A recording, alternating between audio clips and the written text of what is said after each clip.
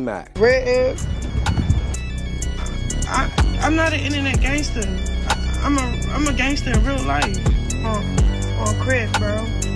Red. Chrisean has stirred up a storm for herself after publicly distancing from the Crips and exposing Blueface's home address online. Chrisean has been firing off threats across social media, insisting she has people ready to handle anyone who challenges her, including Blueface himself. But her tough talk didn't land the way she expected. The Crips quickly reminded her that she was stepping into territory far more dangerous than she realized. In truth, Chrisean's so-called affiliation was never as deep as she made it seem. She mainly aligned herself with that identity because Blueface did. Her connection to the group was more performative than real. Now that she and Blueface have gone their separate ways, Chrisean might want to be far more cautious about the way she moves online. When they were together, his presence offered her a layer of protection, whether she realized it or not. Without that safety net, her words carry a very different weight. Before Chrisean ever linked up with Blueface, her background in Baltimore meant she mostly associated herself with people on the blood side of things. But once she entered Blue's world, she started toggling back and forth between identities depending on who she happened to be dating at the moment. Just this past August, she was filmed throwing up blood signs and introducing herself as one. She even admitted on camera that she only claimed Crip ties because she was involved with someone who identified that way. As soon as that relationship ended, she was right back to calling herself Blood. At the time, she was seeing Hood Bino, who is also aligned with that group, so she adopted whatever label matched her partner. When Chrisean left Bino and circled back to Blueface, she slipped effortlessly into yet another version of herself, one that aligned with whatever identity she believed would keep her closest to whoever she was dating at the moment. The shift happened publicly, on a live stream, where she confidently restated her allegiance as though her past statements didn't still exist all over the internet. What she didn't realize was that Blueface had already seen the older clips, videos of her proudly throwing signs and loudly pledging herself to Bino's side just months earlier. So when she returned, Blue didn't dance around the subject. He confronted her directly, something he rarely does so bluntly on camera.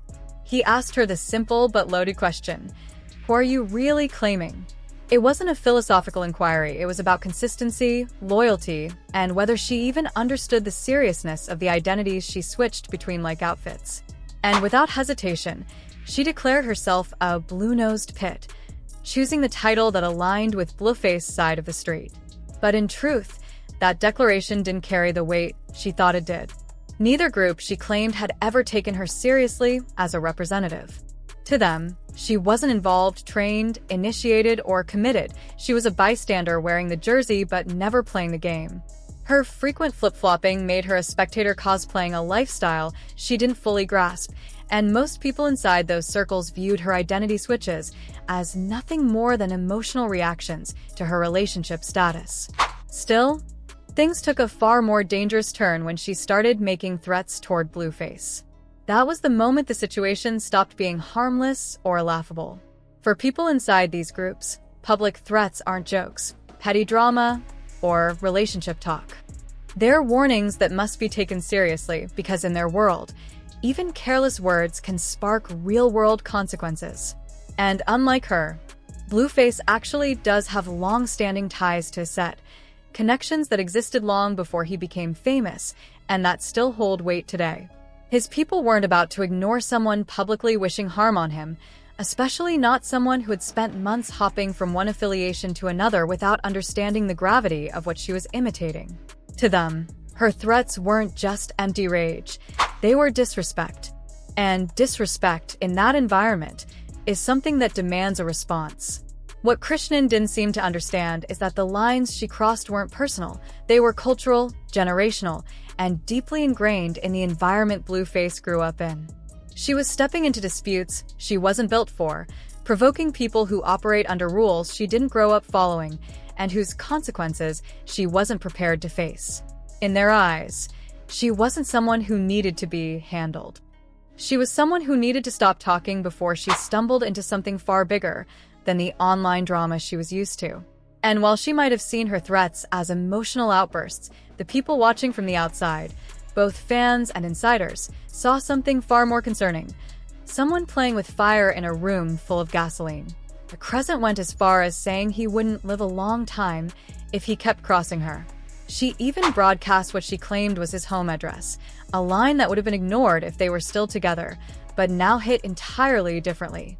And this wasn't even the first time she'd spoken about him in a threatening way. She had recently gone live again, warning that anyone who disrespected her would face consequences, insisting that people who played with her always ended up hurt, even though she claimed she wasn't the one doing the hurting. From their perspective, these weren't empty outbursts anymore. They were direct, repeated threats towards someone they actually view as family. And that's exactly why her words have set off alarms in a way she didn't anticipate. Here's where the story gets even messier. Croish's new boyfriend is actually tied to the same group she used to claim back when she was with Bino. And during a recent interview, when he was asked whether he truly trusted her, given her history of switching sides, he confidently said she'd never treat him the way she treated Blueface. Anyone watching could tell he might be setting himself up for a rude awakening. He even tried to defend her by taking shots at Blueface, arguing that Blue had no right to question where Croish's loyalties lay. The interviewer pointed out the obvious. Crow's child's father is associated with one gang, while her new partner is aligned with a rival one. How can he be so sure she won't flip on him next? Still, he insisted she'd always been solid with him and that she knew who to play with and who not to. But in reality, even that wasn't holding up. Just days before, Croish had gotten into it with a Crip member after she tossed out a common insult used by their rivals. She apologized quickly, but the damage was done. Word spread fast, and soon other members were online telling her to watch her mouth and warning her not to set foot in Los Angeles again unless she wanted serious problems. One member, DLO, filmed an entire video telling her point-blank that she was crossing dangerous lines and shouldn't expect protection from anyone if she kept provoking people. Instead of steering clear of the situation, Carissa came online defending Cashin and criticizing DLO. She asked why someone would send people to intimidate their own child's mother and potentially put a kid at risk. Even though she didn't personally care for Cashin, she made it clear that dragging a child into the middle of this kind of feud was unacceptable. Then, things took another turn. DLO's mother, who is rumored to have previously been involved with Carissa, jumped in to defend her son. She insisted he would never threaten or harm a woman, but she also claimed that if he confronted someone, it was probably because the situation called for it. She said he respected women deeply, but he had no problem standing up to anyone acting out of pocket. In short, a small spark turned into a sprawling online back and forth, fueled by pride, old relationships, and dangerous affiliations, none of which Croish should be anywhere near, especially as a mother. "That's exactly how I raised my son," she said, standing firm in her defense of his actions. Meanwhile, Crowan is inching dangerously close to situations that could spiral beyond her control, and many people watching from the outside are saying the same thing. She needs to stop treating this like a game before the consequences become real. Online reactions weren't gentle either. Some commenters pointed out that instead of focusing on her child, she's tangled up in drama that could put her life at risk.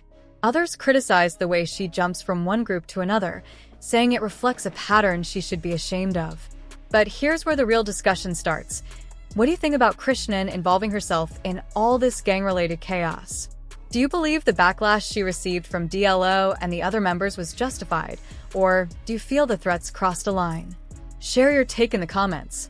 And when you're done, go ahead and check out the next wild story waiting for you.